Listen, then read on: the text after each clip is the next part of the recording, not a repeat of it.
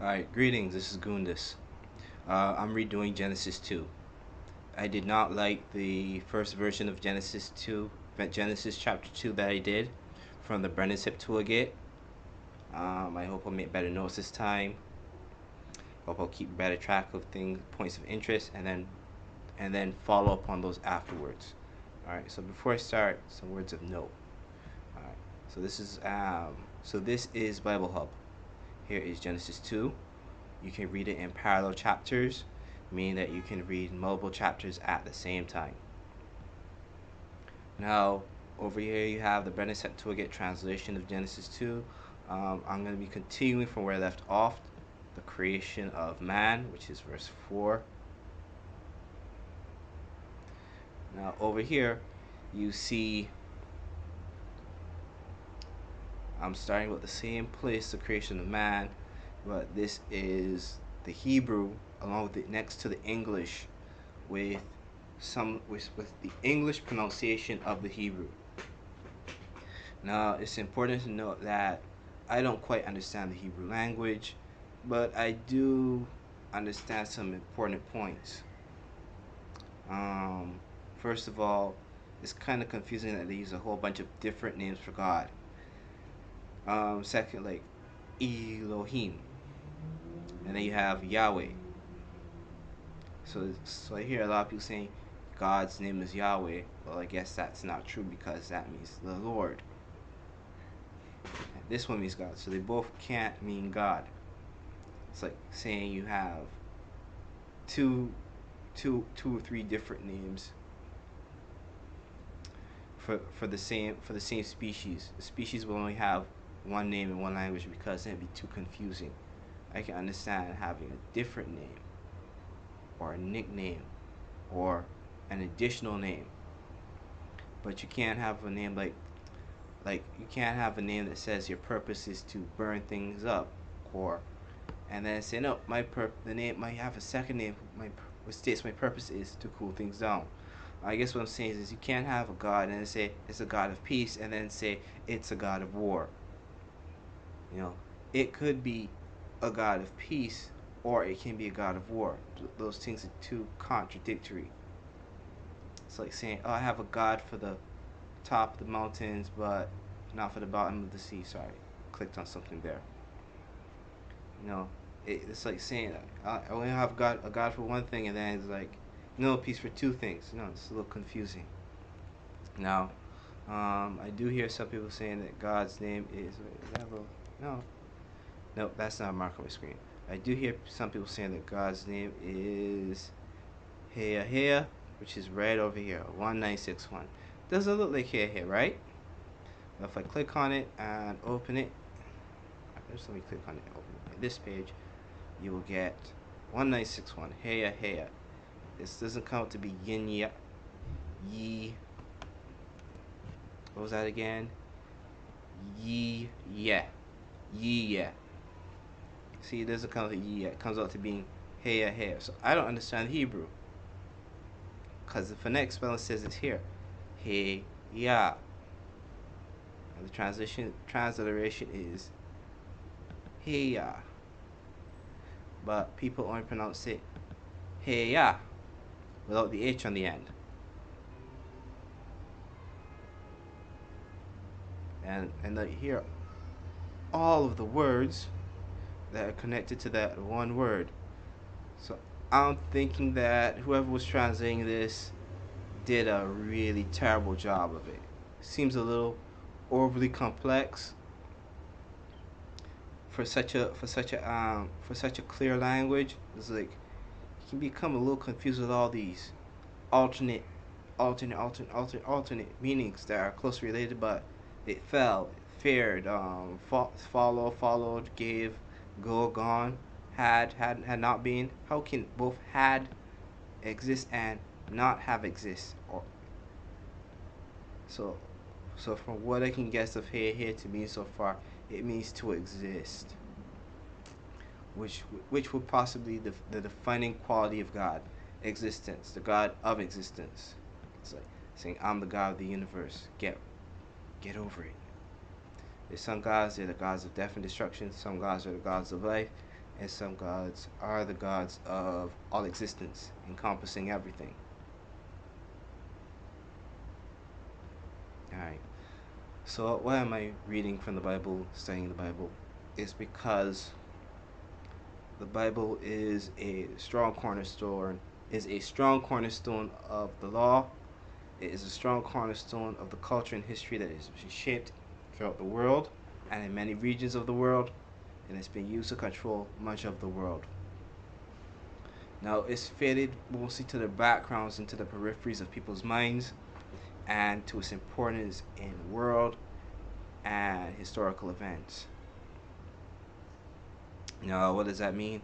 It means that a long long time ago, some Greeks wanted to conquer some Afro-Asian people called the Hebrews.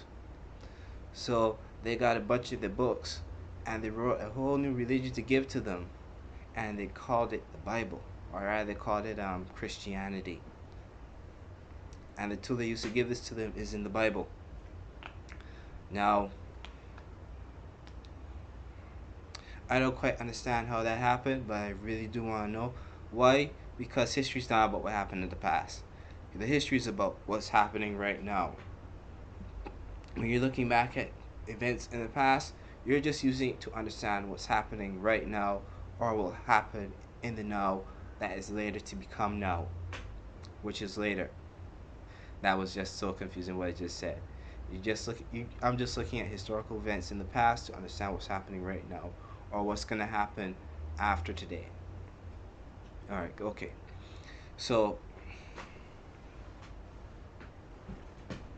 a lot of the laws that we currently look at in our culture do come from the Bible, but not only the Bible. They come from other ancient cultures, such as maritime law, which is very old, Talmudic law.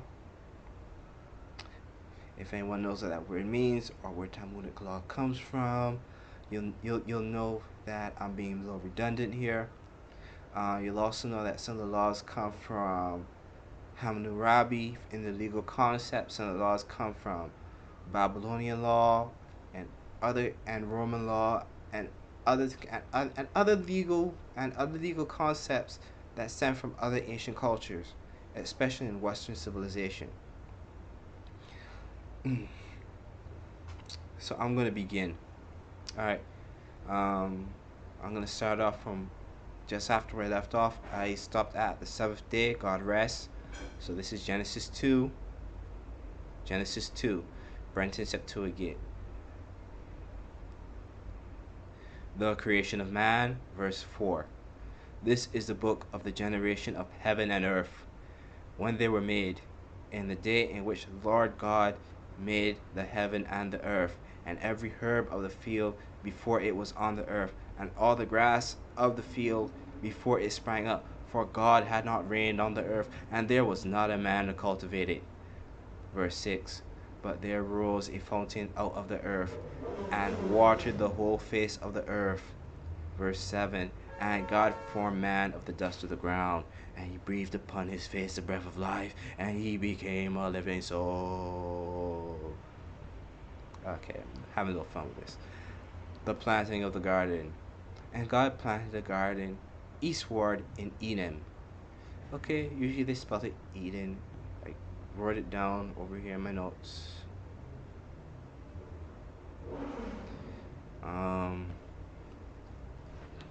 And placed there man whom he had formed. Verse 9. And God made to spring up also out of the earth every tree beautiful to the eye, good for food, and the tree of life in the midst of the garden, and the tree of learning of the knowledge of good and evil. Verse 10. And a river proceeds out of Edom to water the garden. Thence it divides itself into 4 heads. The name of one is Pison. It encircles the whole of the land of Evilat, where there is gold. Verse 12. And the gold of that land is good, and there is carbuncle and emerald. Let me make a note of that. Evilat gold.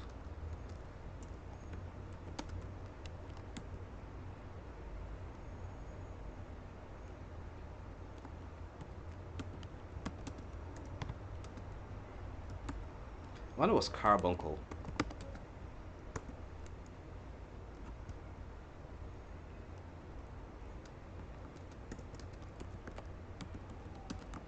Tree of life. Ampersand sign. Tree of knowledge.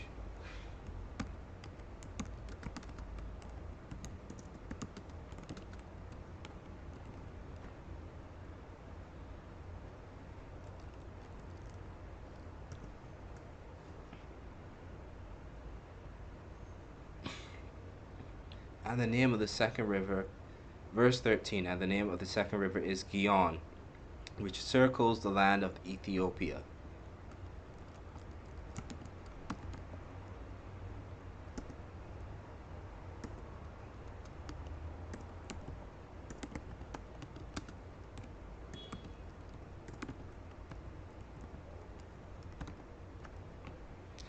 And the third river is Tigris, which flows over and against the Assyrians.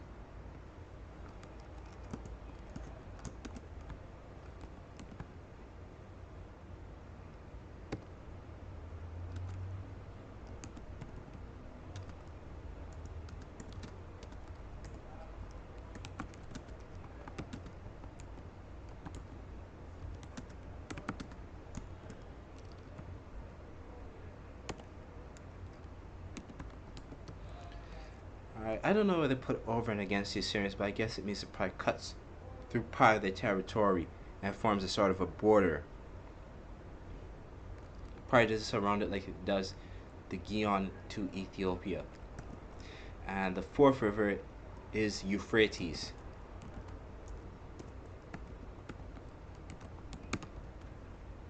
Now, I advise that if you're really gonna really dig into the Bible, there are two languages you should learn. First of all, you should learn Greek, because the Greeks took all of the books of the Bible, or supposedly, and they translated them into Greek. They say they paid Jews to translate it for them, but that specifically goes against the Jew culture. They would never do that. They'd rather suffer pain of death. Now, I think that what the Greeks did is that they made their family suffer the pain of death until one of them said, okay, I'll translate it for you. So I think that's how the Greeks got the Bible. Or rather, they got the text they used to write the Bible. Now, in order to read the Bible, you're really going to need to learn. You're really going to have to learn Greek. And you're also going to have to learn Hebrew and Amharic in addition to Greek. Because Hebrew and Amharic are two Afro-Asiatic languages that the Hebrews would have spoken. Now, there is a controversy out there that states that the Hebrew language, or that the one that is currently reported to be the Hebrew language, is actually the Greek language. I don't know if that's true or not, but I'm gonna go through the research, even if it takes me years, to find out, hey, is this Hebrew language Greek, or were the Greeks such were the Greeks such masters at language that they completely incorporated Greek into their own language, or if the two are somehow related. Because the bold statement to say that Hebrew is really just the Greek language in disguise. It could be, it might not be, but what you do have is that you have several versions of Hebrew that occur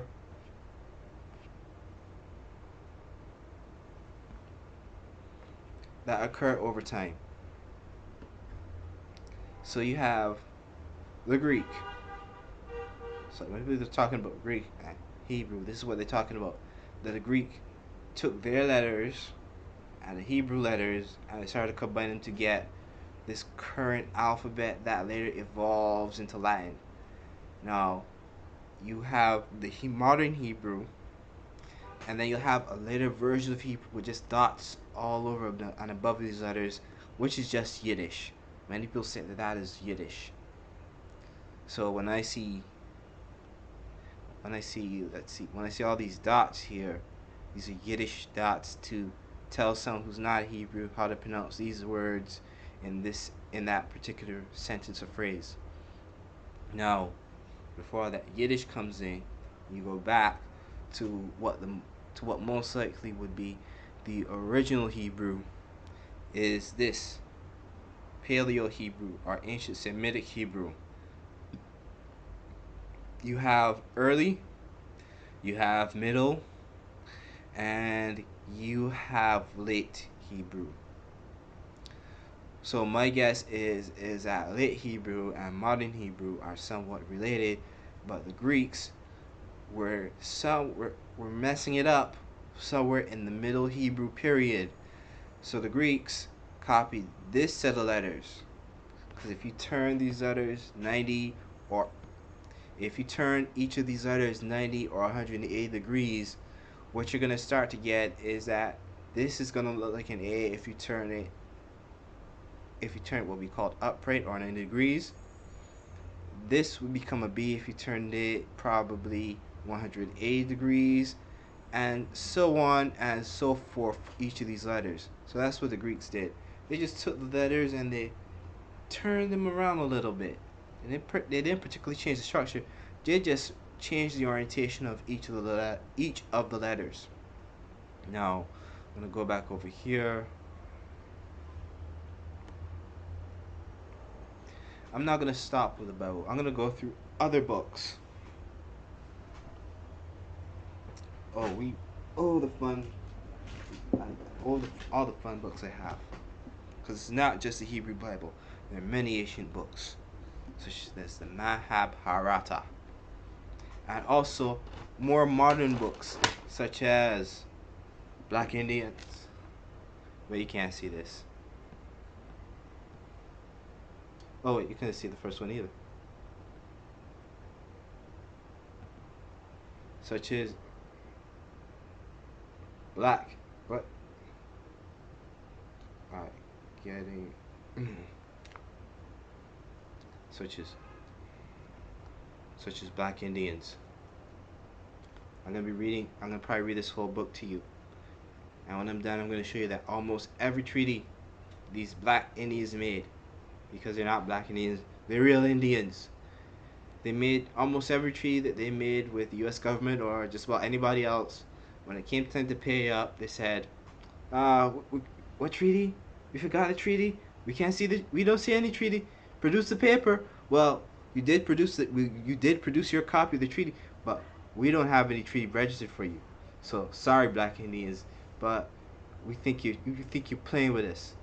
So every treaty that they made with the U.S. government and just about any other government, they said, screw it. We're not gonna honor this. Fuck you, Indians. That's what the U.S. government did to a lot of times. They said, well, you did help us, but we don't need you anymore. Look at the movie Geronimo. Last scene, they said, well, the U.S. government thanks you for your cooperation and your support. Now, hand over your guns and get on the train with all your other brothers and sisters, because we're going to send you west. Alright. Another book. Another more modern book is... Alright. This will do. Another more modern book is Behold a Pale Horse. Here it is. Behold a Pale Horse.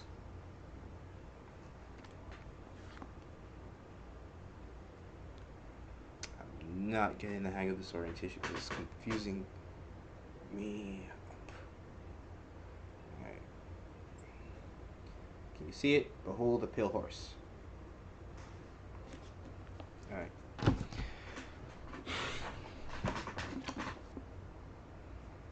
Another book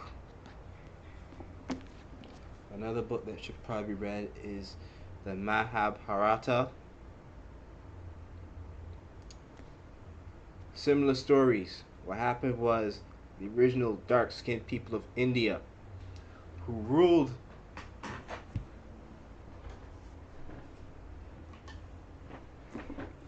was ruling were pushed out of their territories by the Indo-Aryans, basically the people who would later become known as white people.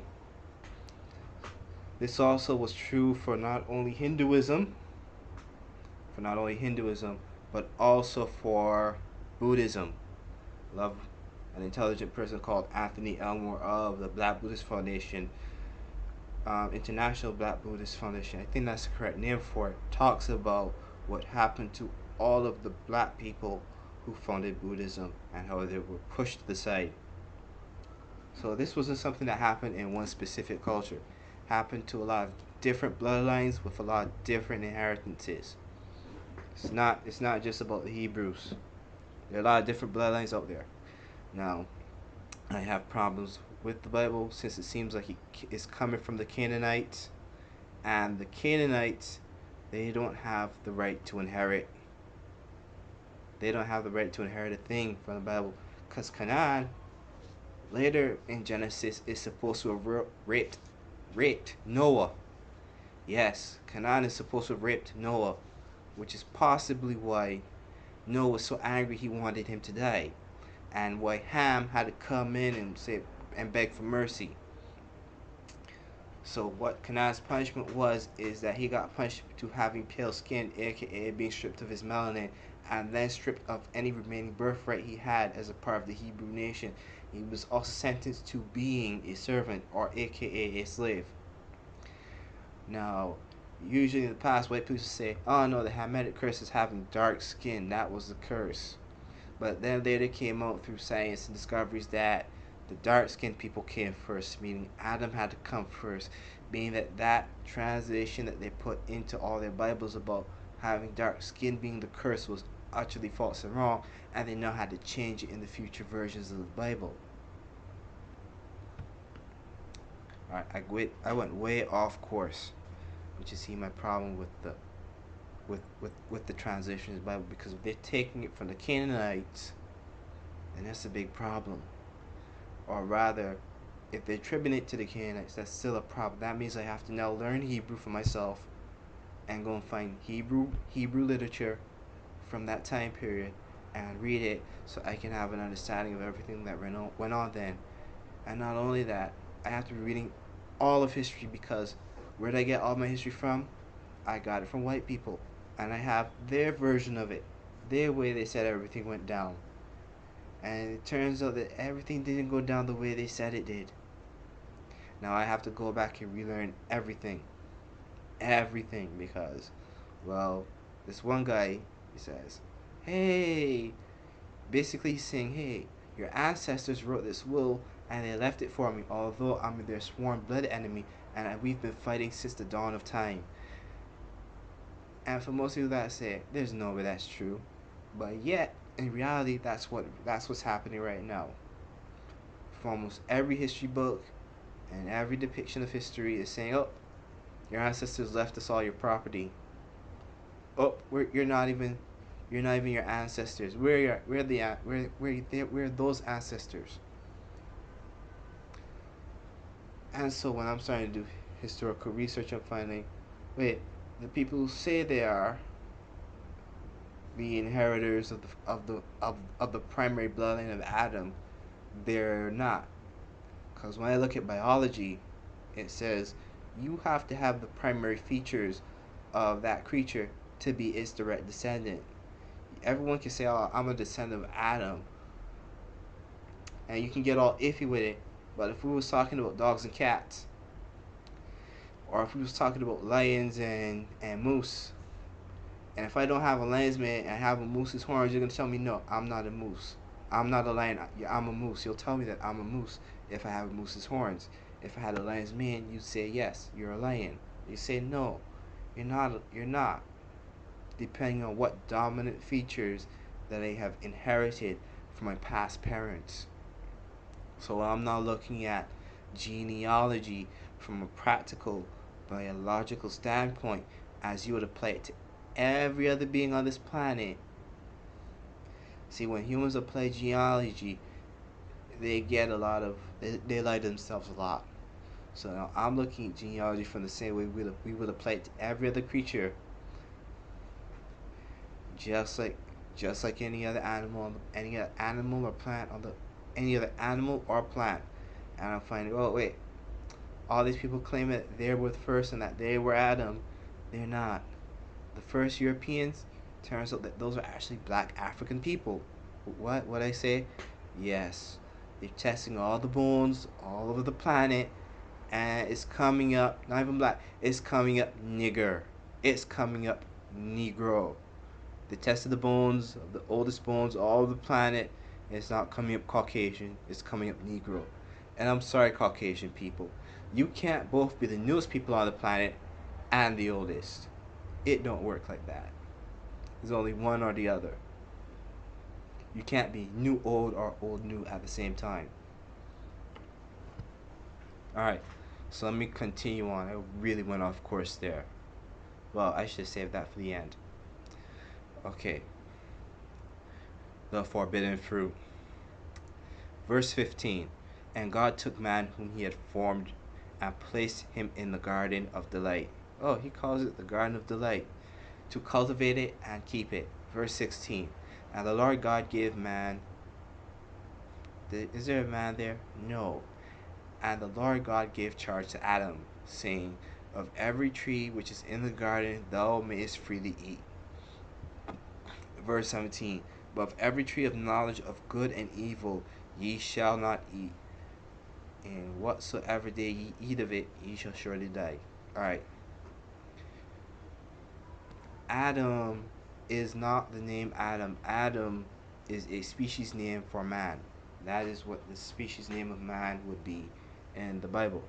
It is what the species name of man is in the Bible. That is, in the Hebrew language, the word man is Adam. The word female is Adamah in the old Hebrew. So I gotta go back in the older Hebrew. When I start learning Hebrew, I'll be able to start picking out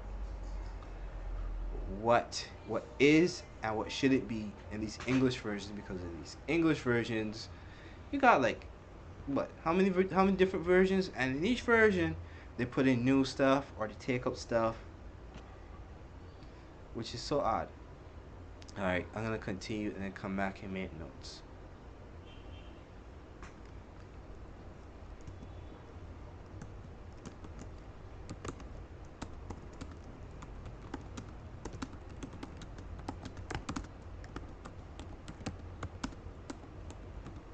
I really hope I don't miss anything. Alright. Strongs.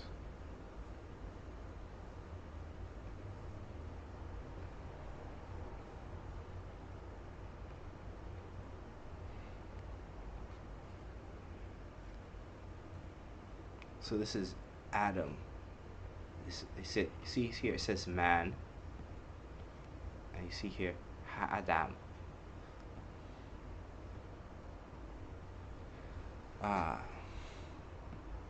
So you do see Adam here. So they took off the ha part. They removed the ha.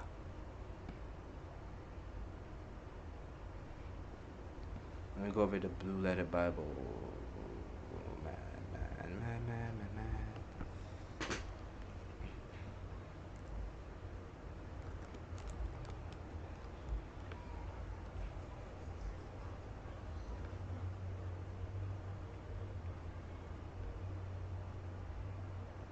Alright, so the word man is Adam.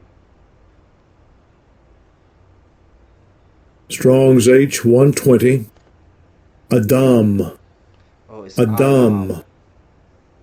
Oh, like Adam, but it has an Adam. Okay. Alright, let's get back to reading. The forbidden fruit.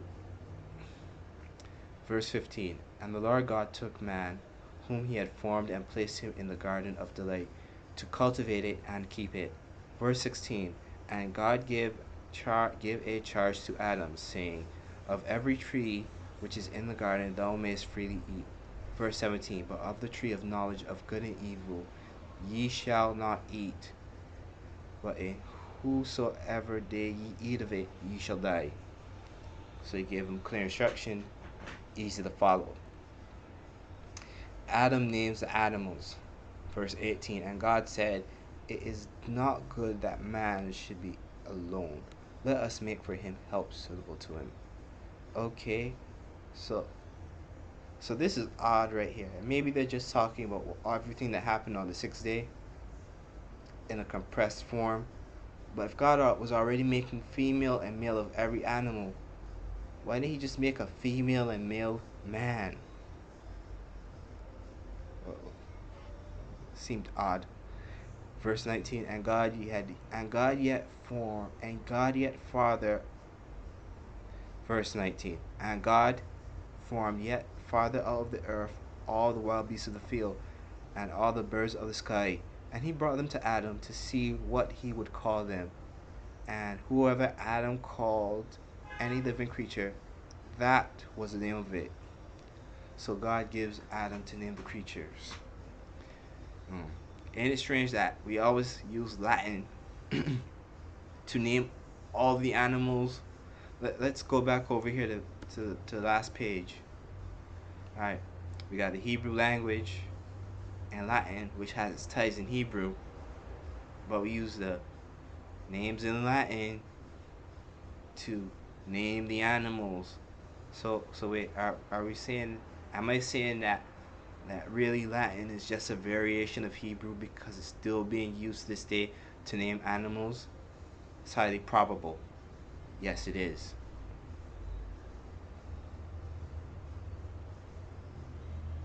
If Adam named all the animals, and today in Western European culture, they always name animals or new species with Latin names, then that must mean Latin must be the most the new modern form of Hebrew that stands above all the other forms of Hebrew currently.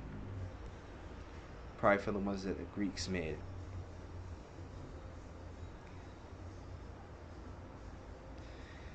Verse 20. So I'm down here. Verse 20. And Adam gave names to all the animals, to all the cattle. Verse 20. And Adam gave names to all the cattle, and to all the birds of the sky, and to all the beasts of the fields. But for Adam there was not found a help like to himself. So God was going to see if Adam was going to find any creature among the animals that was like Adam. But God was making everything, so he should have known. But I guess God was trying to see if there was anybody among the animals that could help Adam. That sounds odd. What did they mean there? Adam should not be alone. Let us make help suitable for him. Alright, let's go to Blue Letter Bible.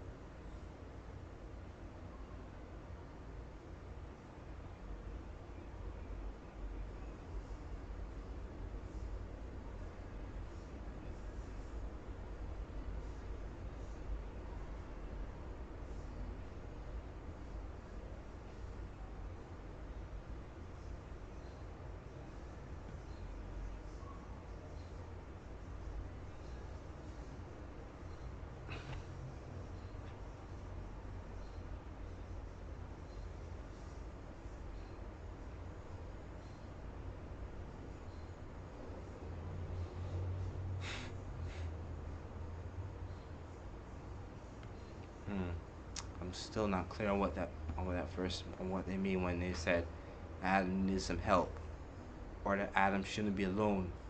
No, was Adam supposed to have children with this animal, with one of these beasts of the field? That sounds odd. All right, the creation of woman, verse 21. And God put a trance upon Adam, and he slept, and he took one of his ribs and filled up the flesh instead therefore of. In other versions, it's not a rib, it's just flesh. He took some flesh on Adam's side. And God formed the rib which he took from Adam into a woman and brought her to Adam. So I think this is a story of cloning. Yes, I think that Eve is a clone of Adam because just told you right there. It took some flesh from Adam and then God grew it into another woman. He didn't form woman from clay. He said that he's forming woman from Adam, which is odd, because everything else he formed it from clay, but he took woman and he formed it from Adam. Okay, verse 23. And and Adam said, verse 23. And Adam said, "This is now bone of my bones and flesh of my flesh. She shall be called woman because she is taken out of her husband." Oh, is that what the wool in woman is supposed to mean? Verse 24. Therefore shall man leave his father and his mother, and shall cleave to his wife. The two shall be one flesh. Verse 25. And the two were naked, and Adam and his wife were not ashamed. Alright. So they defined the early relationship of man and woman right from the beginning, just like any other creature on the planet. The male and the female come together and they reproduce.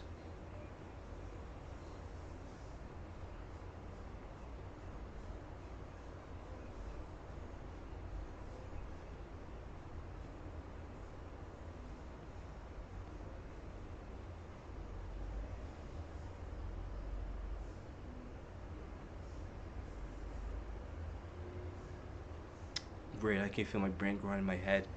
Give me one of those brain headaches when the brain is moving or growing, when it's thinking a lot. Alright, maybe I haven't reached the juicy bits of the Bible.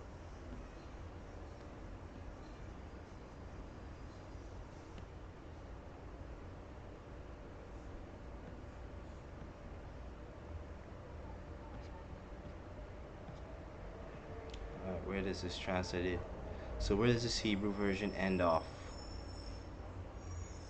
Alright, so this ends off at the same place as the Brenta Septuagint. And it seems to start at the same place as the Brenta Septuagint. So this is a planting of the garden. Now,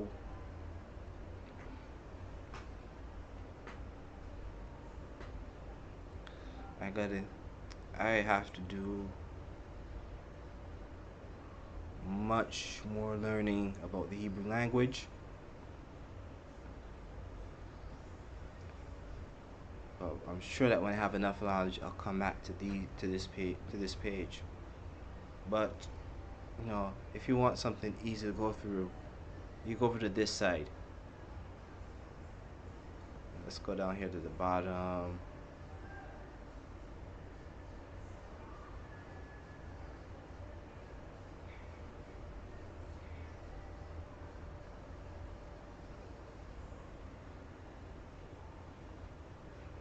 Alright, so all these say rib. That says rib.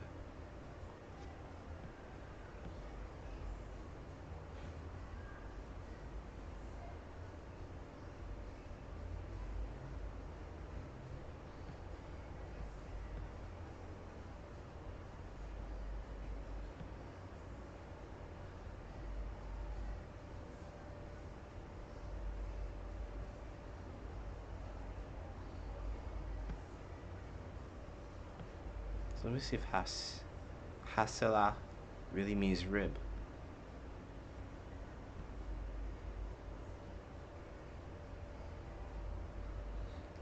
Hasela, rib, side chamber, lower chamber on the right, doorway to the side.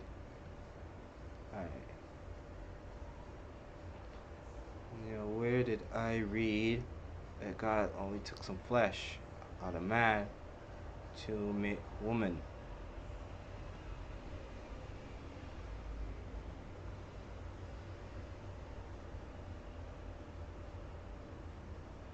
Alright, this one's different. Tesla.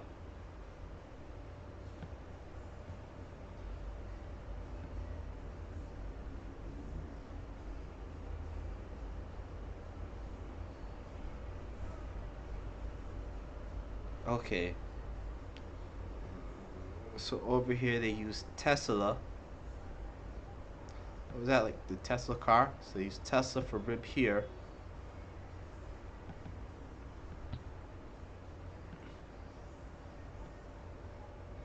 But over here, Hasela is the word they use. It means side chamber. Let me go into NIV.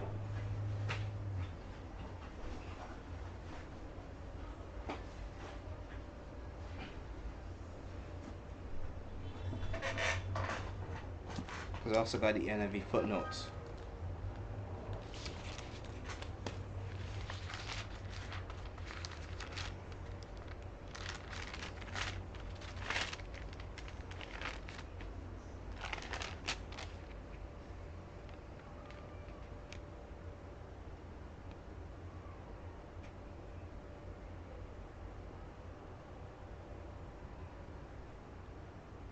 Oh, it's not flesh. It just says part of the man's side. So this is H21 in the footnotes of the New International Version Bible. So let me open that up for you.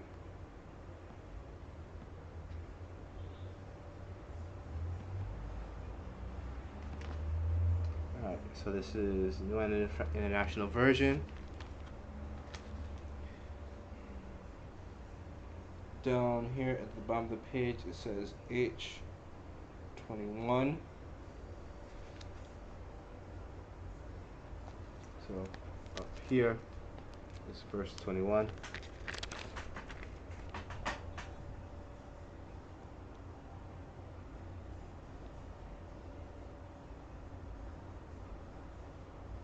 So this is verse 21. And it says right here,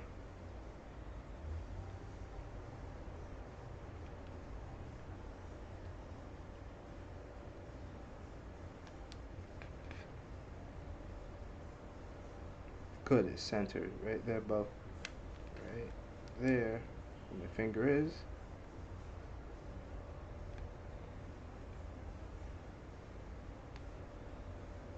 Okay, see right where my finger is? It says H21.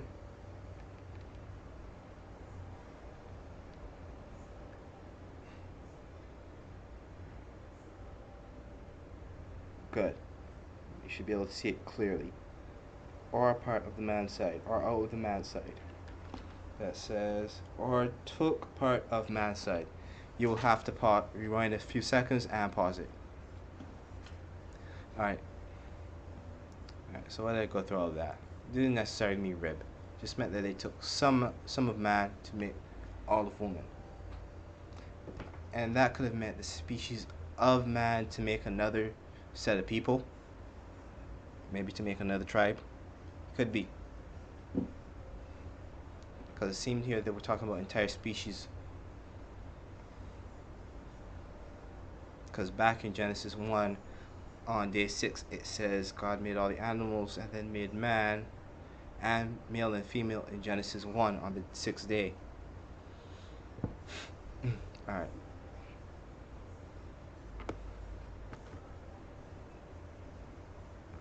So this is a Greek interlinear Bible. Every time I keep finding a lot of these Greek interlinear Bibles, they all start with Matthew. That's the Tanakh. It has Hebrew and Jewish. But where does this start? So this starts in Genesis. Has the Hebrew next to the English, but that's not much help because you still don't know what this means. You really do need a good dictionary to go along with it. And you need a grammar text to tell you the proper grammatical sentence structure and how the rules to using the words goes. This is another Bible with the Greek. It all starts at Matthew. So see how all these Bibles that New Testament, they start with Greek. This is what the Greeks use to control other people with Christianity. It was made for that purpose. which is why I think some people say Hebrew is Greek. I think the Greeks took the Hebrew language and they found some way to synthesize, syncretize Greek and Hebrew into one language and then make the Bible from that and then give that back to people. I think that's why the translations seem like they're all messed up. It's like, why? How can there be so many different translations of the same text? Somebody got to be stupid or somebody has to be illiterate because you're all reading the same text in the Hebrew and you're coming up with different words. Either somebody knows the language and somebody else doesn't. Or there are whole new rules for languages that I have yet to come across. Alright, so these are all books that people can start reading. As you can see here, the link's up there. You don't need me to go back and do that. You can pause it. I'm giving a few moments for you to find the links. And you can take these links and start reading on your own. Now I really hope I hit some dirt in the following Genesis chapters, because I know the Canaanites can't really say anything about the Bible because they were worshiping. I think they were worshiping the Anunnaki. They were worshiping Molech. They were worshiping a whole bunch of people that wasn't God or El. Because they have El and they have Elohim. And when the Canaanites are talking about El, they're talking about Eloha, which is a different God. And then when you're looking about God in the Bible, are the various translations of the God, whether it be Adonai or Shaddai or Shaddai. Is that right, Shaddai? Well, Shaddai, Shaddai, or Adonai, these are various terms meaning ruler, which doesn't necessarily mean God. You know, that could be like a judge or a magistrate.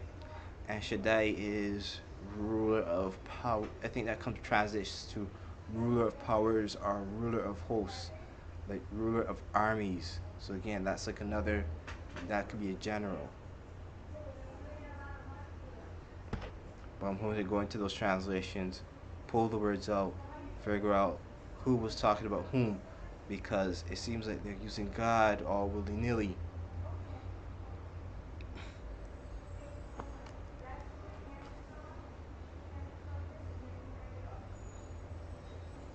Alright, so going back to my notes. It's interesting that Eden is written as Edom. So let's find what we can find about Edom. The land of Eden. Okay, it's giving me Eden. So give me Eden.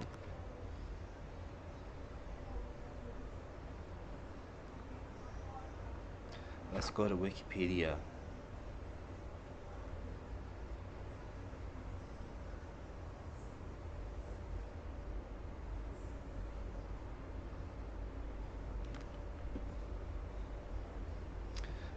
I don't pay too much attention to Wikipedia, but what I do is that I try to go down here to the bibliography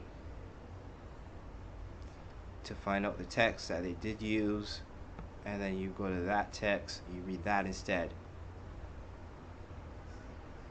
That's really a whole lot better. Sometimes they have external links, or sometimes they're just talking about books that you really can't find on the internet. You know, you have to go into someone's private library or to a very big public library and see if you can actually find these books. Jewish eschatology, the Talmud. Alright. So the Garden of Eden or paradise is the biblical Garden of Eden, described most notably in the book of Genesis chapters 2 and 3. Also the book of Ezekiel. The Garden of God, not called Eden, is mentioned in Genesis 13, and the trees of the garden are mentioned in Ezekiel 31. So that's interesting. The Garden of God not called Eden. So it might not even be Eden, but it could be another paradise. Alright. So this was the link for one of the books I pulled up.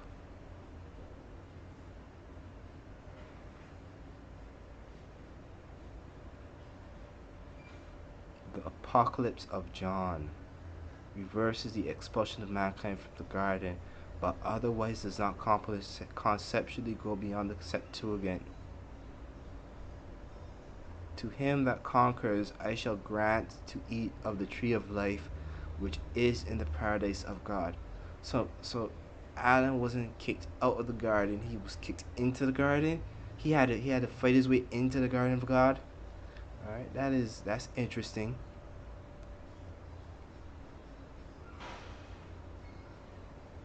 All right. So mostly here's my problem with the Bible.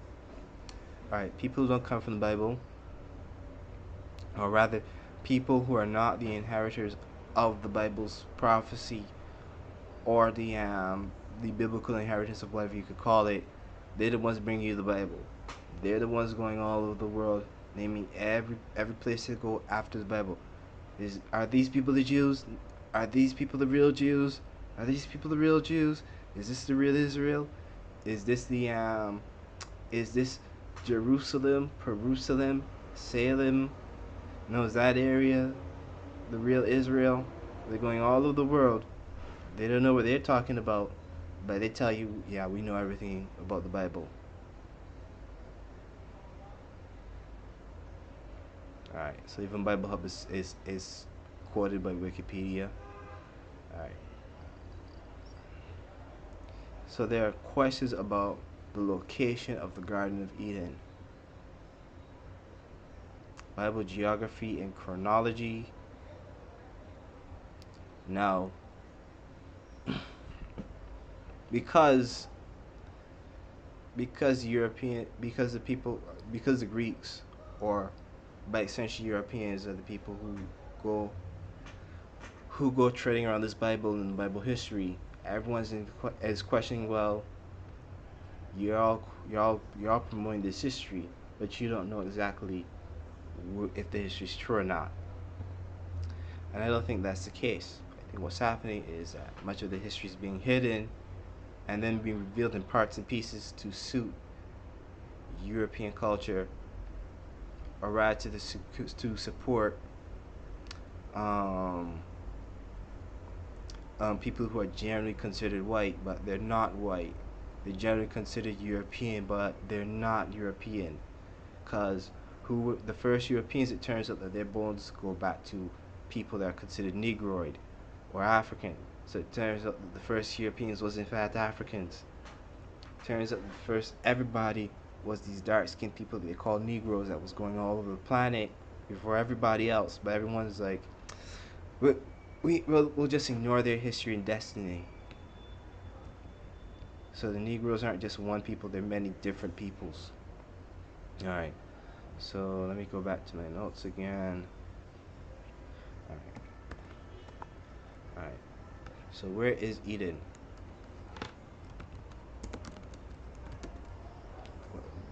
Does Google know? No, that's a good try, Google. But give me maps. Give me images. Where is Eden? All right. So they're saying Eden is up here, right? Where's Eden?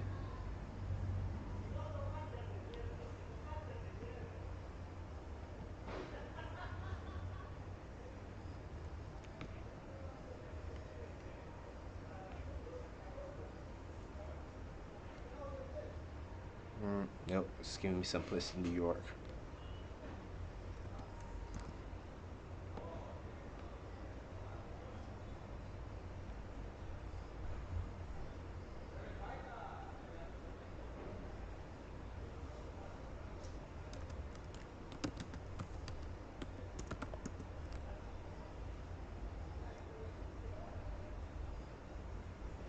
Alright, so it's giving me some woman.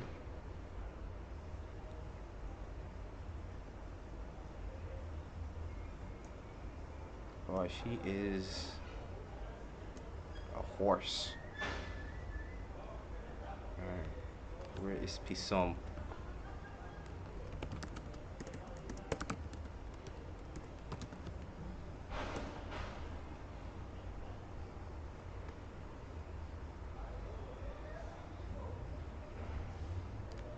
Alright, so Wikipedia knows that Pison is a river. Well, let me try that again. Pison. Oh, Pison Electronics or Fison Electronics. The Fison. So it turns out that biblical names are used for technology companies, which is another trend I notice. Famous inventors tend to read the Bible. A lot of you electrical chips look like Egyptian, quote unquote, look like Egyptian hieroglyphs. Okay, so all this water is supposed to be a river. Alright, so maybe the geography changed.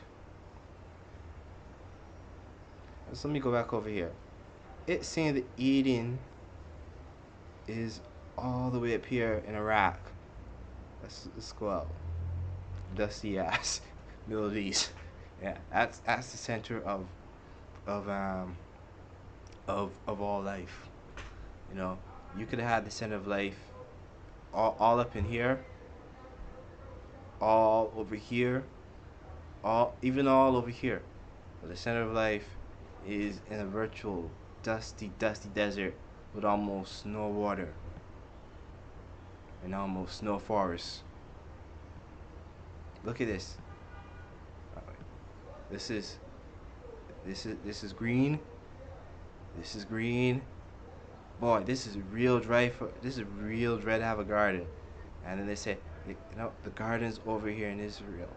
So it says it's over here. It's either over here in Iraq or somewhere over here in near Israel,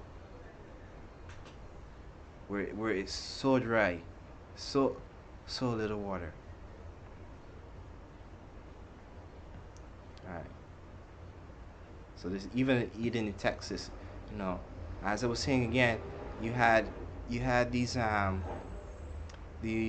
Europeans who aren't Europeans, the white people who aren't white people. They're basically what they truly are. They're colonists. They're conquerors. They are the conquistadors. They go place from place, not only taking people's land, they take it all. They take their names. They take their identity. They even take the history. They even take the shameful parts of the history and pretend like it's theirs. So could Texas be Eden? But Texas is also dry. It is dry. I mean, it is really dry.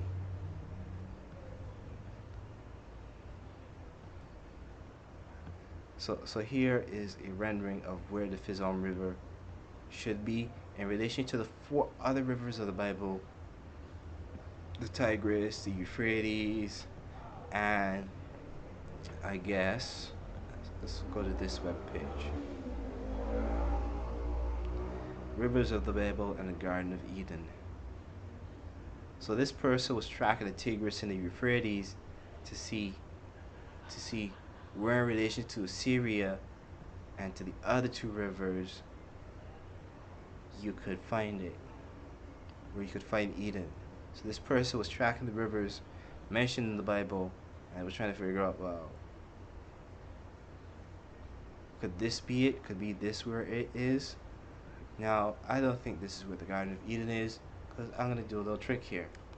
Ethiopia. Did we mention Ethiopia? Alright, we have the Gion surrounds Ethiopia. But which Ethiopia? Because for white people, there's so many Ethiopias. There's more than one Ethiopia? Yes, there is. Alright. No, that's not right. Alright, see, changing one letter does. Gion surrounds Ethiopia.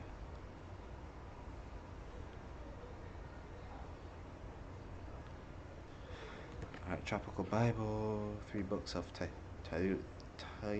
3 books of the 3 books of Theophilus to Autophilus on the Christian.